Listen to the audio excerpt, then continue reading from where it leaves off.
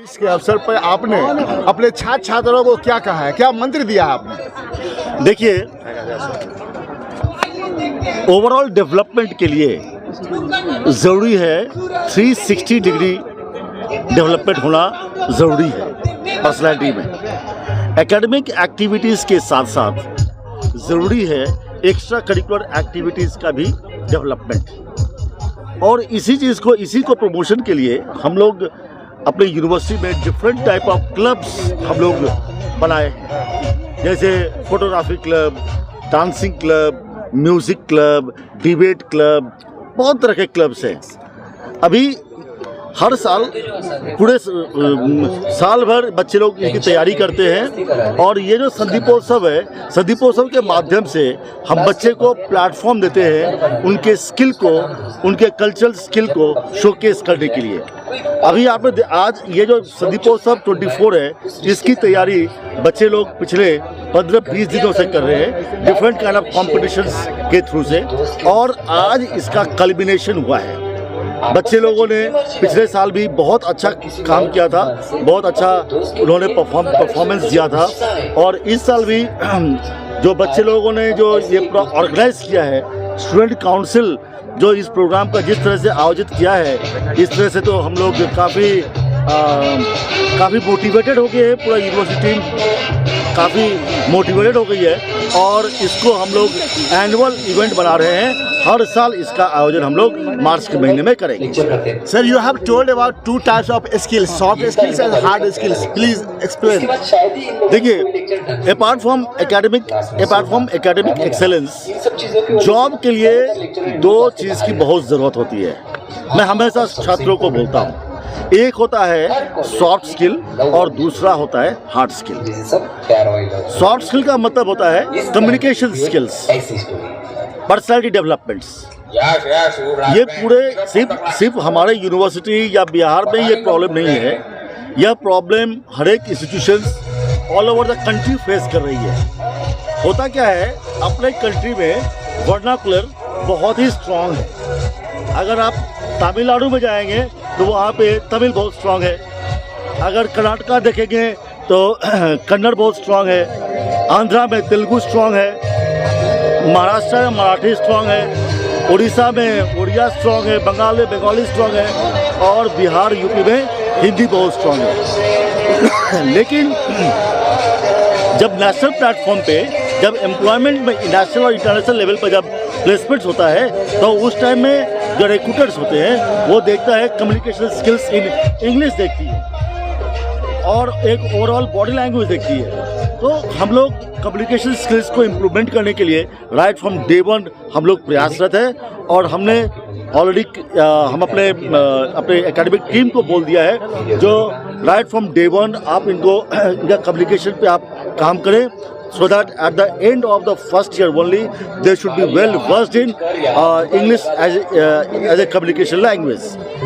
उसी तरह से सॉफ्ट स्किल के साथ साथ हार्ड स्किल की बहुत ज़रूरत है। हार्ड स्किल का मतलब होता है टेक्निकल स्किल्स।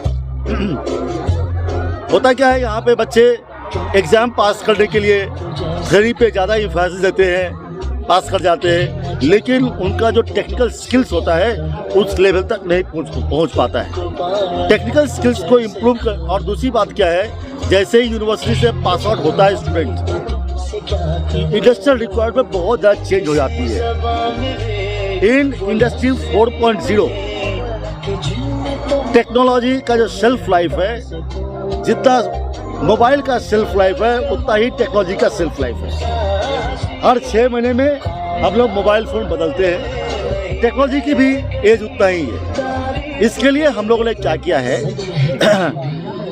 करिकुलम में कटिंग एज टेक्नोलॉजी का तो समावेश किया ही है, साथ ही हम लोगों ने value added programme, skill based programme and employment enhancement certificate, इसको हम लोगों ने अपने करिकुलम में इंट्रोड्यूस किया है, जिससे स्टूडेंट्स का टेक्निकल स्किल एनहांस होगा, जिससे उनको जॉब मिलने में आसानी होगी। आखिरी सवाल, बीइंग ए चेयरमैन, आप जिलावासियों से क्या अपील करेंगे? मैं जिलावासियों से कहना चाहूँगा, शिक्षा को प्राथमिकता दें, और आए दिन देखते रहते हैं, कहते हुए अच्छा नहीं लगता है। एग्ज़ाम सेंटर पे चाहे 10वीं का 10th का एग्ज़ाम हो, चाहे 12th का एग्ज़ाम हो, कॉपिंग के, नकल के बहुत सारे केसेस आती है।